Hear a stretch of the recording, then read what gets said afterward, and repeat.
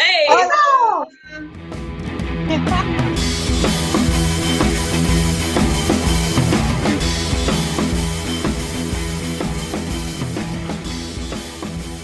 Hi, I'm Kristen Tetzi, author of The Age of the Child.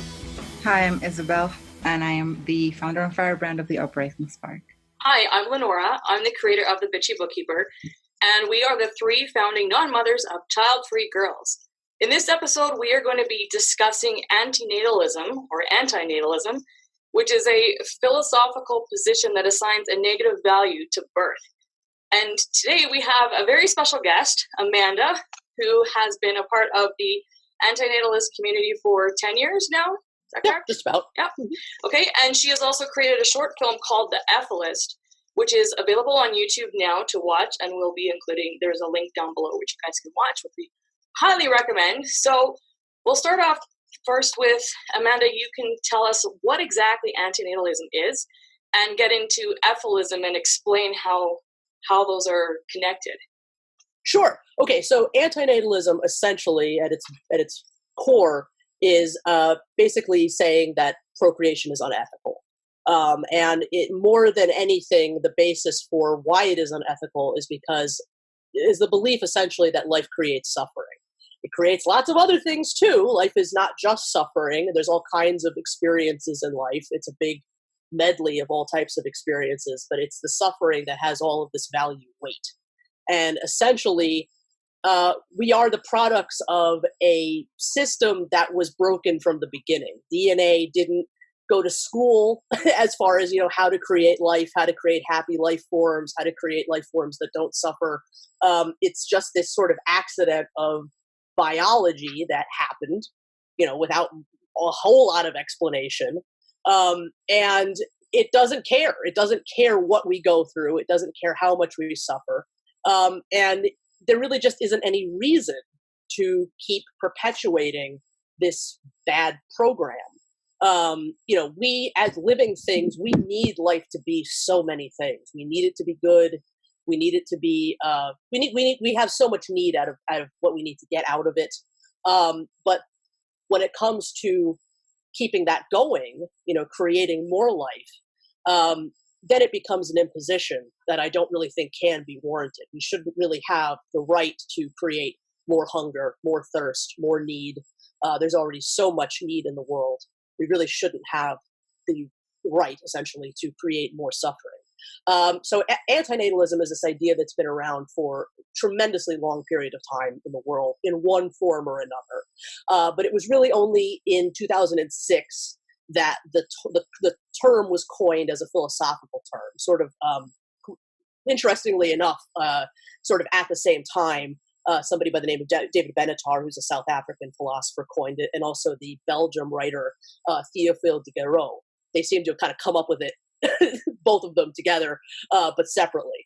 Efilism didn't really show up until 2010, 2011. It was a term that was coined by the YouTube-based philosopher in Mendham.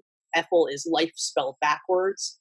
And really the need for Efilism sort of came up because historically, and the vast majority of antinatalism deals with human life. It basically says, human life is this failed science experiment. It should go extinct. But it didn't account for the rest of sentient life, all these other life forms on the planet that also suffer horrifically. So Efilism applies to all life. Yeah, I think that's the bare bones of it. Yeah.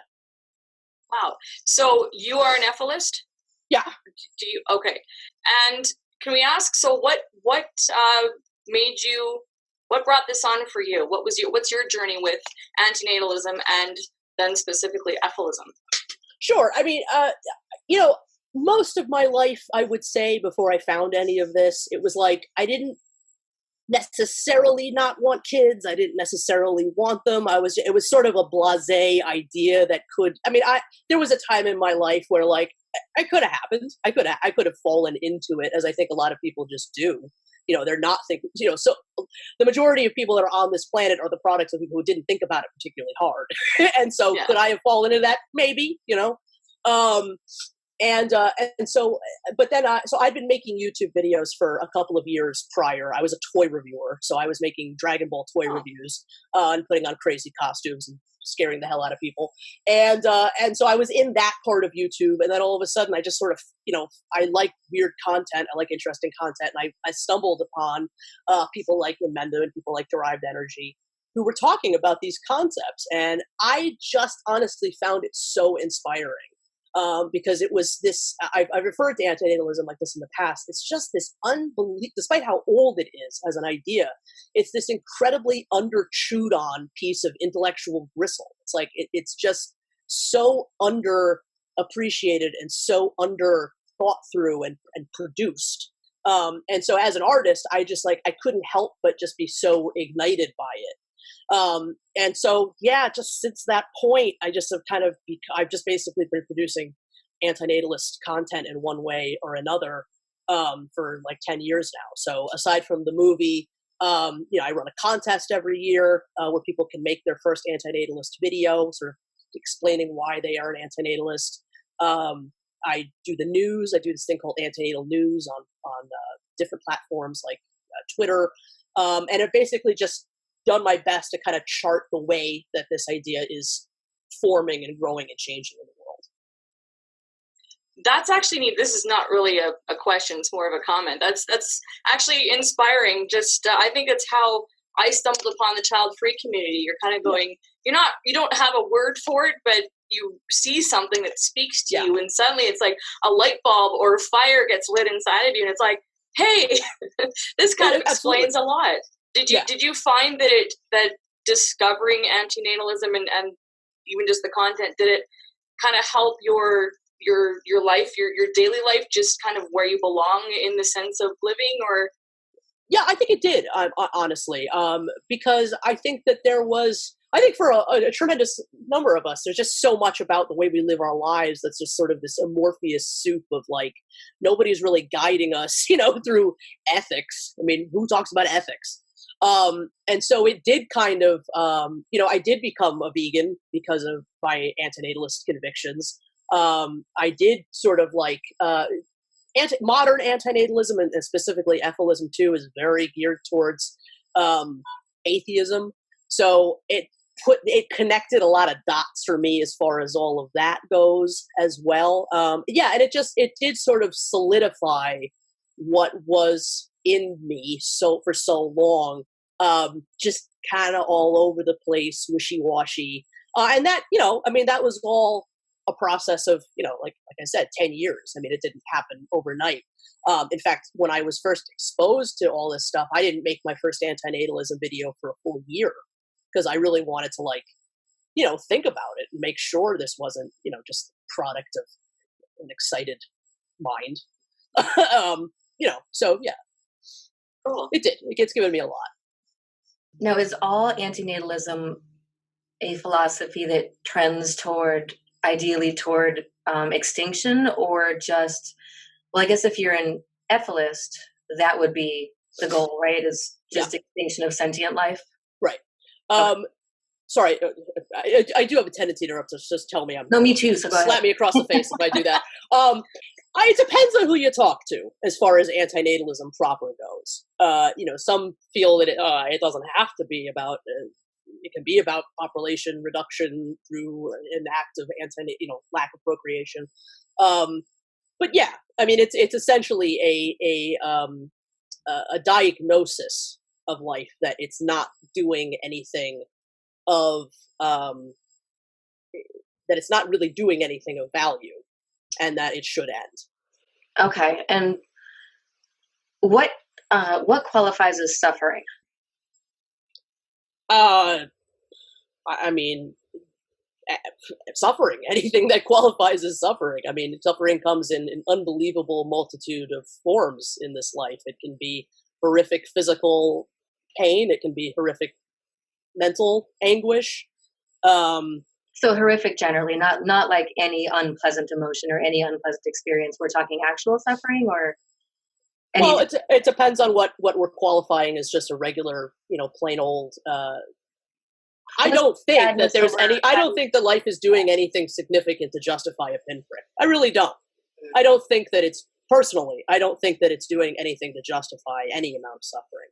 Okay. But we have the privilege in our lives of experiencing suffering in this great gradient, right? I mean, there are the pinpricks, and then there are the genocides. Mm-hmm. And the fact of the matter is, none of us exist in our happy, fairly privileged, relatively non-suffering lives without all this other shit. Sorry, I don't know if I'm allowed to swear. Without all this other stuff happening. We're not experiencing life in a vacuum as individuals. We are all experiencing life, and to extract our pleasures out of life, somebody else is paying that price.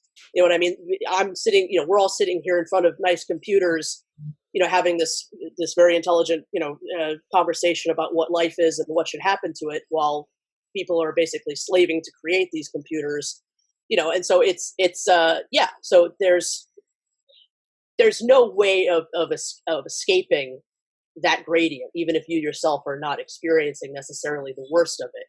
You probably on some level are causing it. We don't get out of the victim or aggressor.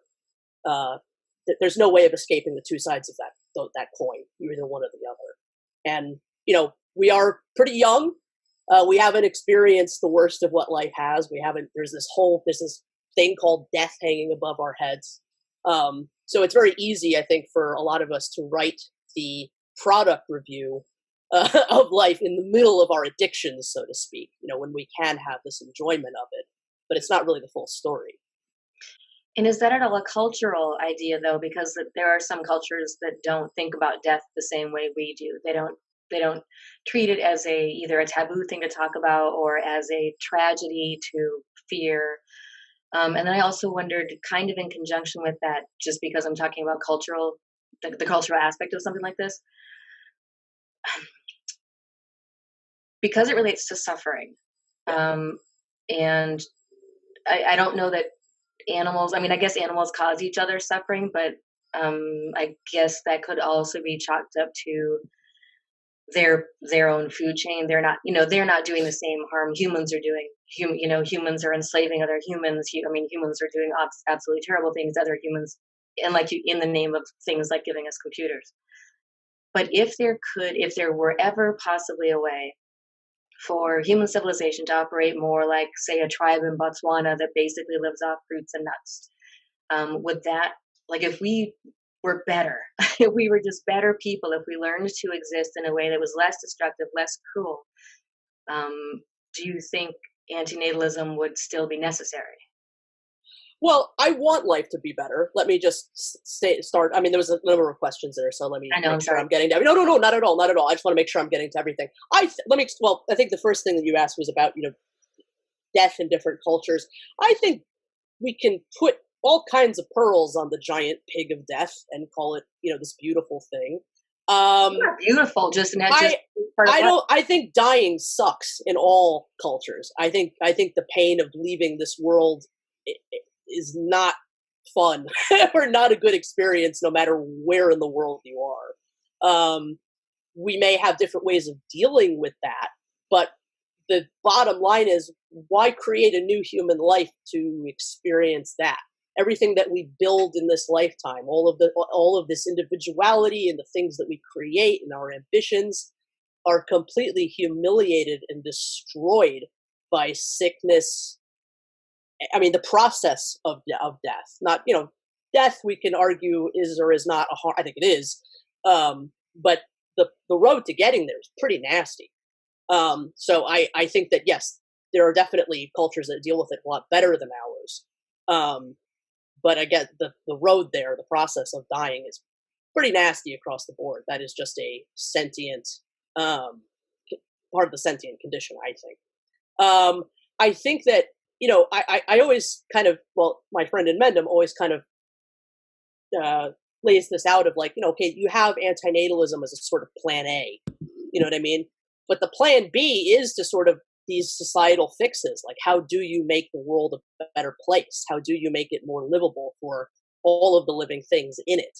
And so if you could create a world where, human beings weren't doing terrible things and human beings weren't eating other animals and whatnot, that'd be great. But first of all, I don't see that happening. I don't see it happen without society collapsing and, a small number of people that want to do the right thing doing some nice things. And I still think that the real criminal here is not really human beings. It is nature. There is more suffering in nature than there is in the human world. Human beings are awful. Don't get me wrong. Human beings are responsible for terrible things in this world. But it is nature that's the real culprit. It is nature that predation, everything that happens in nature is where the suffering really is where the vast majority of suffering lives on this planet. Well, I'm just, wondering one thing, because you talk about suffering and like, I understand where your idea is coming from, but I can't stop thinking about human interaction, and I'm like positive human interaction. So isn't there any value on that? Sure. We're doing it right now. I can't make people understand this, or at least have this conversation, without the value of how great it is that we have this ability to have language and have conversation. So, like I said in the very beginning, life is all kinds of things. It's all kinds of experiences. I am a toy collector. I am an artist. I love a lot of just stupid stuff. And I see great personal value in that. I love a lot of things about life. But again, it's what is the price of all of that?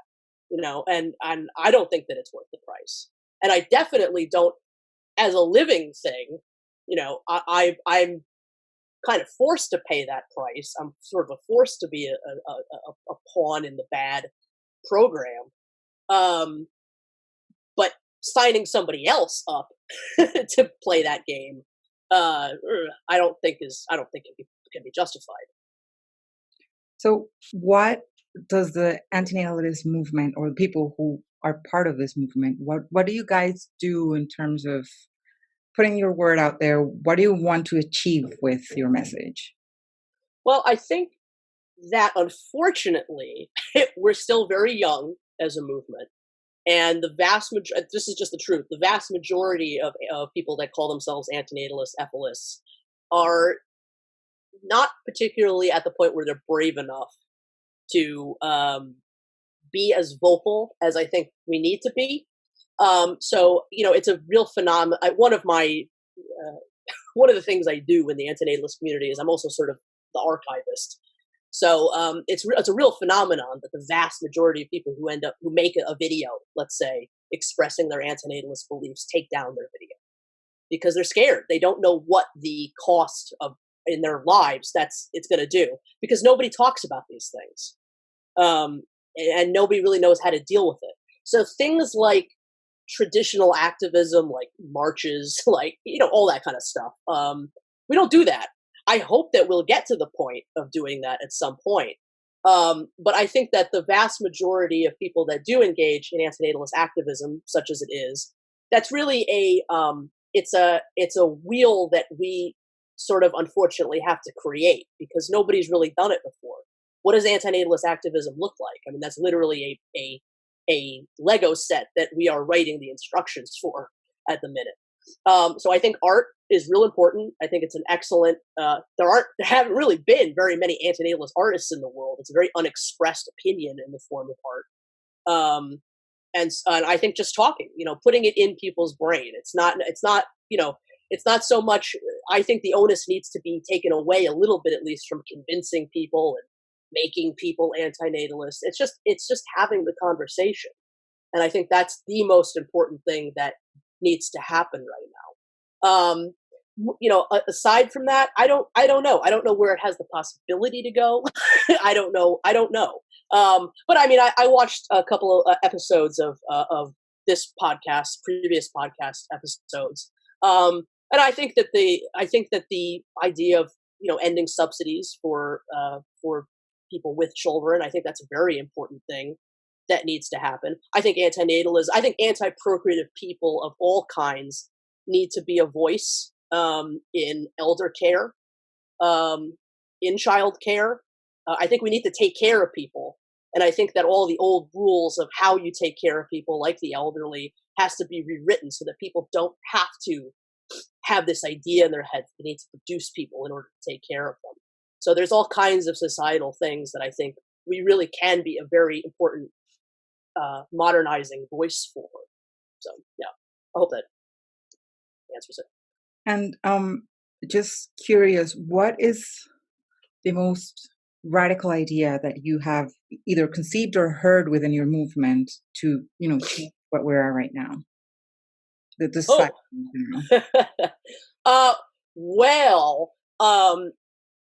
So the most radical idea. Well, there's all kinds of radical ideas that I don't take seriously at all. There's all kinds of radical ideas that people think are what antinatalism or efilism is, that it isn't. When you get into conversations about how you deal with nature, or how, human beings a little easier to, like, we're just not going to procreate, we'll go extinct. I mean, that's a little bit, but how you deal with animal life, the bottom line is, essentially, and I'm probably saying it wrong, like the Hippocratic oath that doctors take, do no harm. So how do you end life on planet Earth ethically? What does ethical extinction look like? And again, that is a Lego set with no instructions. You know what I mean? And so I don't know. I don't necessarily know. Can we sterilize animals? And would that cause them a tremendous amount of suffering, or wouldn't? I think that, again, the what antinatalists and efilists that are extinction minded, are saying is that we'd like the human race in a more in a wider context to have that conversation of what that would look like, because we don't want some. It would be really easy to destroy life if we were okay with brutal, violent methods, and we don't want that. That's not what we're advocating. We want to figure out what would ethical extinction look like.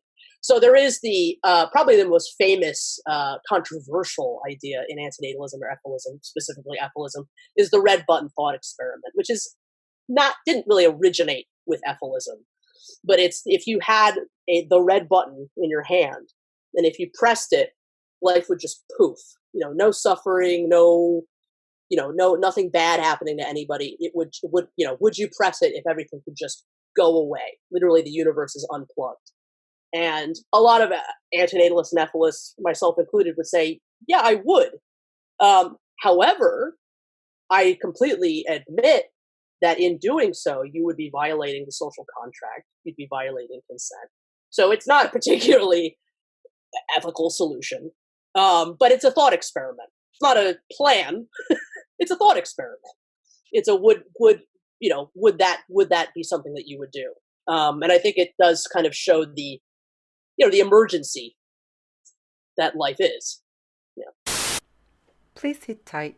We're about to show you a short clip from the Efilist movie.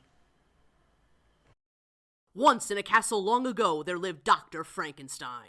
The doctor was an evil, sadistic shithead of a fucktard who delighted in creating and imposing life on as many beings as possible. Must populate! In his lab, the doctor had two powerful buttons, one big green button and one big red button. Dr. Frankenstein never pressed the red button because it was the big red button, capable of ending all existence in the universe instantaneously. Why is this even here? But Dr. Frankenstein loved his big green button, for whenever it was pressed, it allowed him to create strong, healthy, and beautiful creatures who were the happiest people the world had ever known.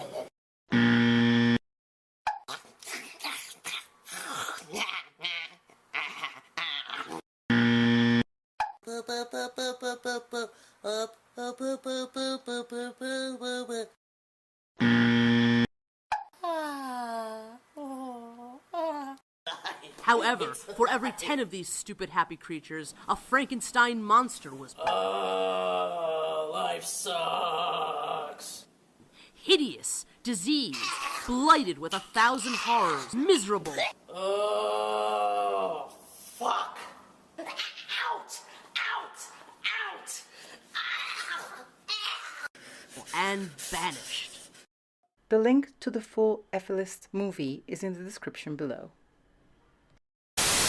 So I have a question that came to me from one of my followers who is child free. She's young, and she's newly discovered child free and realizing that she didn't want to have children, and she's just kind of grappling with living in a pronatalist world as a young child free woman. So she wanted me to ask you, how do you handle being an antinatalist in a pronatalist world? Because we've got commercials, we've got everything geared towards, procreation.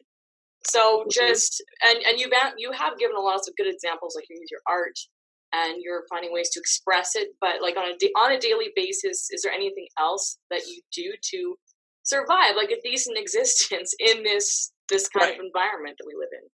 Yeah, you gotta put on your bravery helmet. That's for sure. I mean, so I think that I don't know if I have a great answer for this, to be perfectly honest with you. It's a great question. I don't mean it like that, but I would say that you got to start a little bit small. You got to kind of like look at your ability to live in the world as an antinatal person.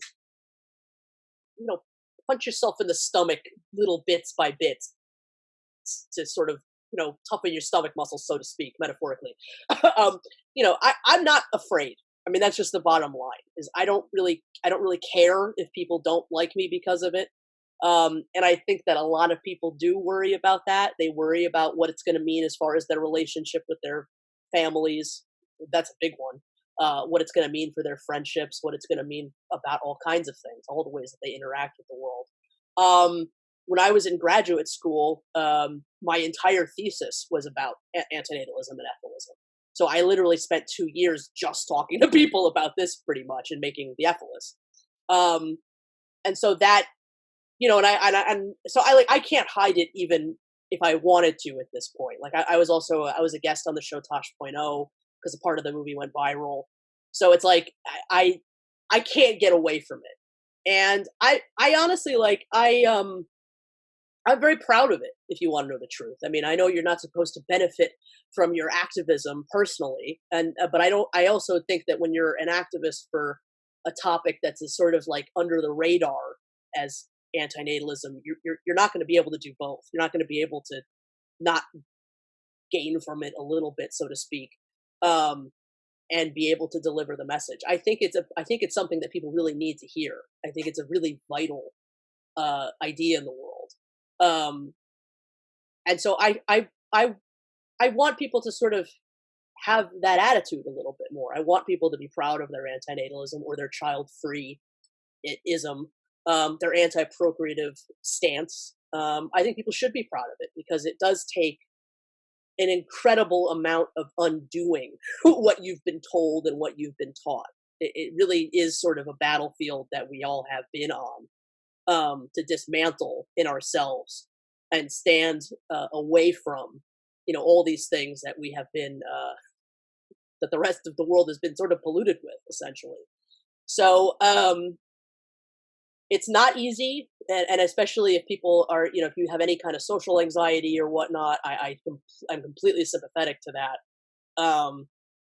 But take it a little bit at a time. Don't necessarily think that you have to have all these huge conversations with people and convince them of anything. Just be proud of it. Do what you can to talk about it with people in any way, shape, or form.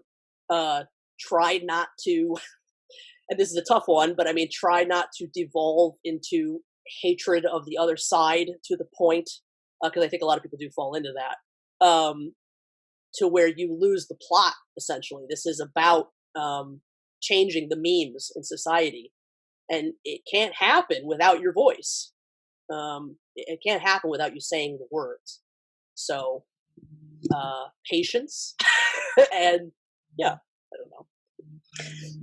The traveling into the hatred is something I was curious about, because I've been following a few antinatalists on Twitter, and I've noticed that it's very depressing.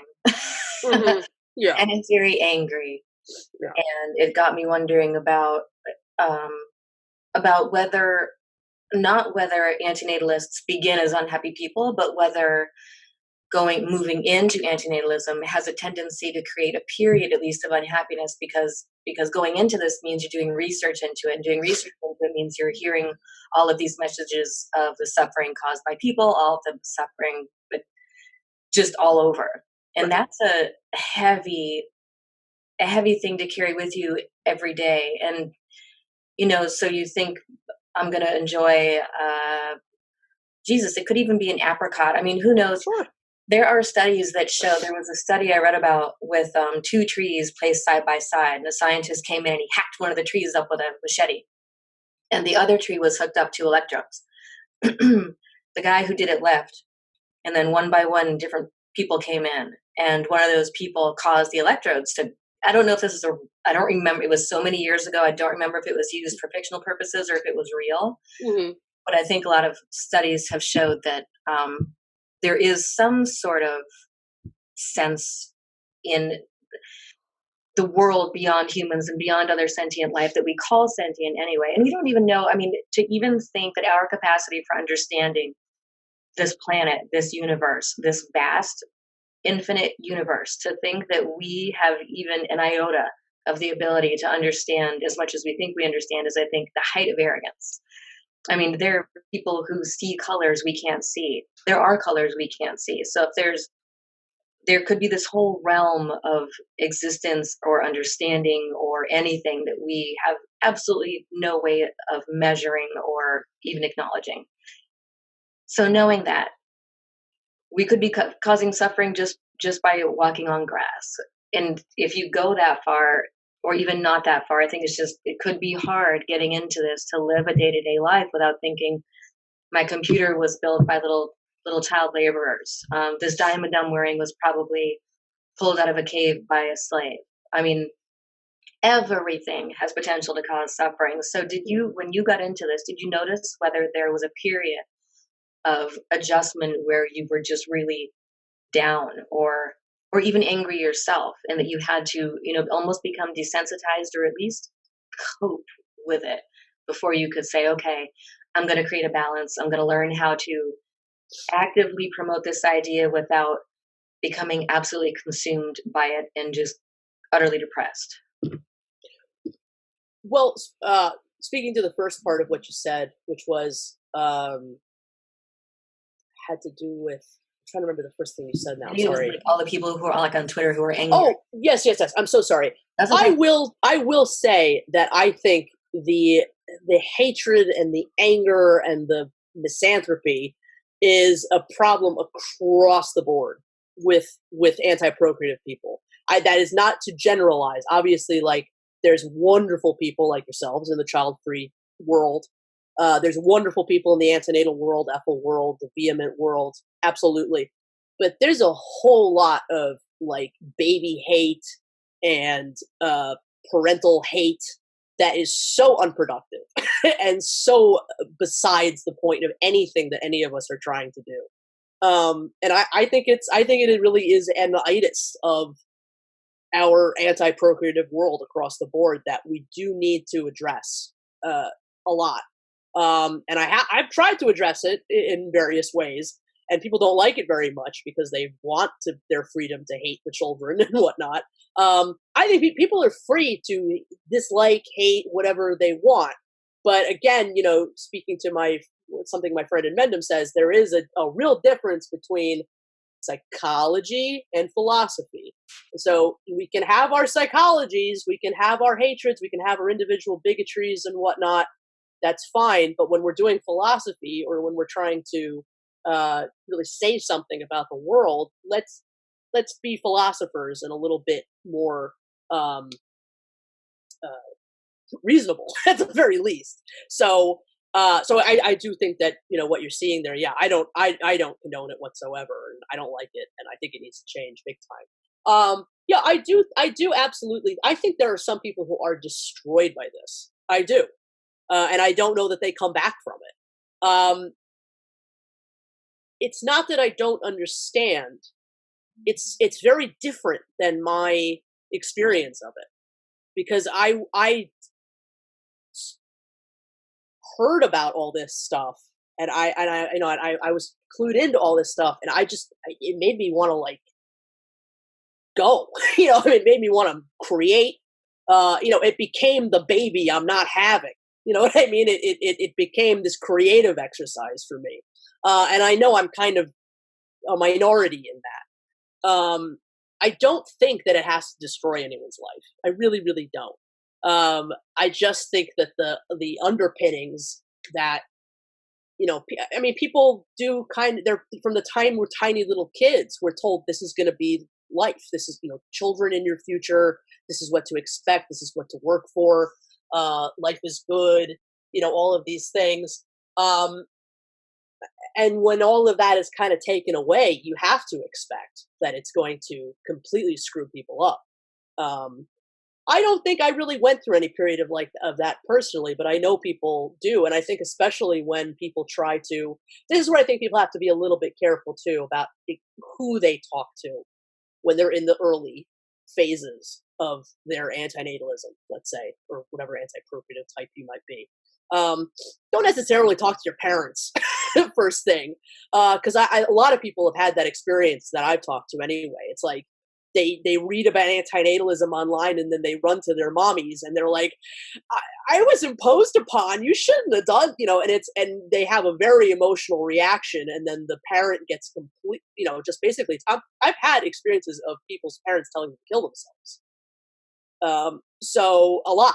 I mean, that happens a lot because people, prior generations who have procreated, some of those people, and again, I'm not trying to generalize, but some of those people don't see the point to living without having done all this. They can't conceive of what life is without having kids and all this.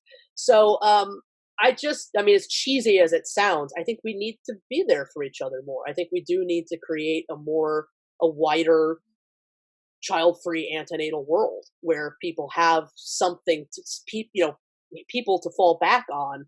And I know people I don't mean a circle jerk kind of environment. I'm just saying, like, it needs its churches, so to speak. It needs places. People that believe these things are very alone, and we need people to be able to talk to. We need places to go. We need it to be more normalized in the world. And without that, I think it is really hard for a lot of people because some people are very isolated. Yeah. We talk about, you bring up your creative process and how you are rare about that. And the three of us, we are creative types as well. Yeah. And we stand by that. We want to encourage people to use art, whatever form that they use or are comfortable with, to express themselves and create something wherever they are in their journey. We really encourage that. So is there anything from, an antinatalist point of view that you could say, hey, maybe start with this, to kind of get their creative juices flowing? If maybe they're not that creative and they go, well, I don't know how to do anything. I can't paint. I can't do videos. Right. But they want to express themselves in a way that's safe and maybe to their small social circle. Like, we want to encourage that. So is there anything you can say to them? Yeah, no, it's a great question. I don't know. I mean, start with, I honestly think writing is one of the best ways of going in, maybe don't necessarily, I mean, yes, there are some wonderful people and you can join Facebook groups and Twitter or whatever and all that and talk to people about it. But I think I benefited a lot from having a more solitary, just sort of watching experience, like in my first year of being an antinatalist, where I didn't really, again, I was watching things, but I wasn't really communicating with anybody. And I would really love to hear from people that, really expected to be parents. I think that voice of like the would-be mother, the would-be father is really like missing, especially from, I don't know as much from like the child-free world. I just don't, but from the antinatalist world, I feel like those voices are not necessarily as welcome, but they're very needed. What lives did people expect to have? Because I think it is, in my opinion, it's okay to like have wanted that kind of life and to have come to another kind of understanding. So I think, like, I don't know, as far as a creative endeavor, like maybe just writing about what that process has been like for that particular person. And really, like, it can take a while, but sort of finding the right people to talk to about all this, in the current groups that we have set up, I think could be a good thing. Is there a antinatalist community online? One, I know that in the child-free online communities, there are some that are particularly vitriolic and nasty. And then there are some that are really supportive and upbeat and positive. Not supportive, but positive. They don't go for words like breeder and crotch food and all that bullshit. Yeah. Sprog. So, yeah. In the antinatalist community, is there a forum or a particular place where people new to this, or even who just feel isolated in their antinatalism or even Efilism, is there a place they can go that is friendly? Well, it's I think you're gonna get a mixed bag anyway. I mean, I'm just being honest. I think it's gonna be a little bit of a mixed bag. I can definitely link, like, there's the main sort of antinatalist Facebook group it's got some great moderators. I mean, it's a good. There's some really great people there. I run a Discord called Rogue Philosophy, which is a great place. I definitely welcome anybody and everybody that would like to come join us there. It welcomes anti-procreative types of all kinds. I'm not going to say that nothing bad is ever going to happen as far as trolls and people that are just be jerks about things. But what was it called again? Rogue Philosophy. Rogue Philosophy Antinatalism. Okay. Yeah. Well, that is all for this episode. Thank you very much, Amanda, for joining us in this discussion, or letting us listen to you, because this was fabulous. Yeah, I'm sorry. I'm very wordy. No, this is we're all wordy, so it's nice to actually listen to something that actually we don't really know a lot about. So this was awesome. So we hope that you out there have enjoyed this conversation. We have linked the video that we encourage you to watch. The Efilist will be down below. You can link to, and we will have links to contacting Amanda. I'm assuming absolutely permission. Anyway, because I think that would be people would anyone that's curious. You seem to be a good contact to have this discussion. So as always, you can email us at our email, which is childfreegirls@gmail.com. You can, of course, subscribe to our YouTube channel below, and you can connect with us on Facebook, Instagram, and Twitter. We're also on LinkedIn and Pinterest, but the other three are the best way to engage with us. So, thank you very much for watching, and until next time, see you later. Remember, folks, don't just fall into having babies. Think first.